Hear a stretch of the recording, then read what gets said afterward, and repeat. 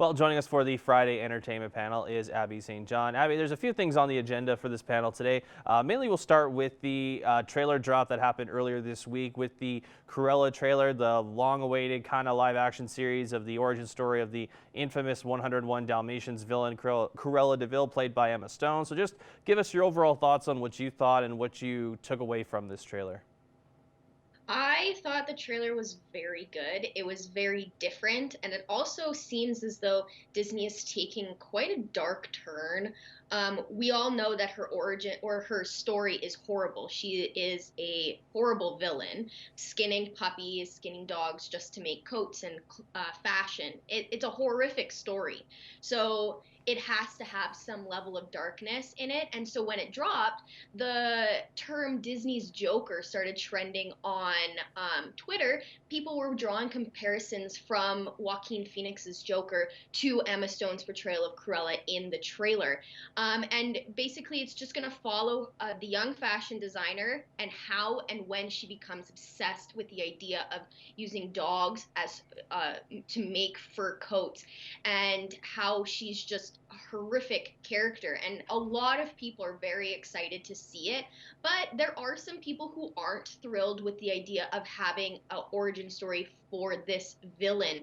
People saying that this could make a Cruella a misunderstood anti-hero, which is something that people don't want to see because she is just so horrific in the actions that she takes, and she just doesn't care about the consequences of her actions. But it's going to be interesting to see. I would like it to be a very dark film. I think it has to be for this specific villain.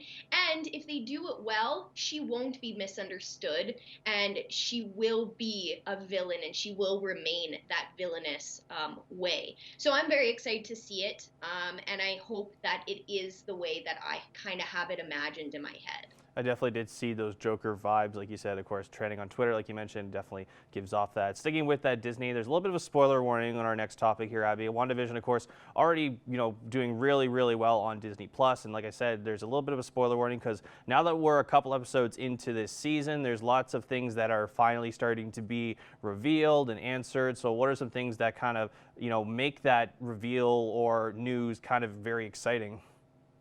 Yeah, the idea of WandaVision is very different than any Marvel movie that we've seen in the past, any of them. This is completely different. But on episode 5, a couple weeks ago, they did have a massive reveal, which people were kind of teasing at, or, they were talking about it. They think that this is going to happen. And when it happened, it was shocking still, to say the least.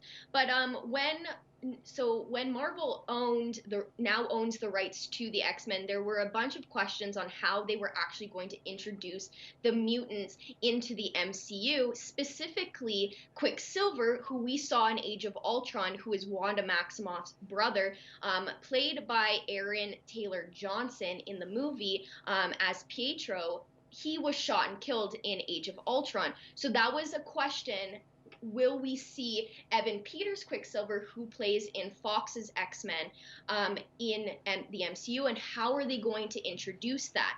Well, they were able to pull it off, as he was revealed at the end of episode 5 of WandaVision, and his character carried over into the next episode. And so that was a huge shock and huge surprise that a lot of people did see coming, but it was still very exciting to see that, and they were kind of able to play into that and add that. And Kat Dennings, who plays Dr. Darcy Lewis on the show, she was also in Thor. She stated that it was very difficult to keep the reveal a secret. Even so, they had Evan Peters cloaked to avoid any drone shots from leaking it. So they really kept this surprise and this secret under wraps, and it's just, that step further into introducing the mutants and introducing the X-Men into this MCU that we have. Yeah, and of course, X-Men movie is expected in the near future for Marvel, and it's just great to see all these possible reveals. And one of the last topics we're going to talk about, Abby, is the Demi Lovato Dancing with the Devil documentary trailer dropped earlier this week as well. And you learn right away from just the first few minutes how serious that Demi Lovato had it with her overdose a couple years ago, and how you really get a feel for what really happened. And a lot of people are saying that this is, a really good in-depth way to just kind of look at how she, almost did die, essentially. Yes, yes. The trailer says it all. This is going to be a very dark documentary. It's going to touch on a lot of serious issues, including, like you mentioned, her overdose from a couple years ago. Anyone who knows or who has followed her story throughout the years, I have for sure, because I've been a fan of hers since I was a kid. But she has had a tough go of things growing up: eating disorders, drug abuse, alcohol abuse, all of that. And then she was sober for so many years. And then a couple years ago, she had that overdose. And this documentary is going to take a look at the events leading up to it and the aftermath following it. And just to give an insight how serious this situation was, she does reveal in the trailer that she had 3 strokes and a heart attack, and the doctors only gave her 5 to 10 minutes left to live. Thankfully, she was able to survive, and now she is talking about it, and she's talking about all the hard stuff that she went through. And her family, her friends, other celebrities were interviewed in this as well, talking about her journey and how it affected them personally.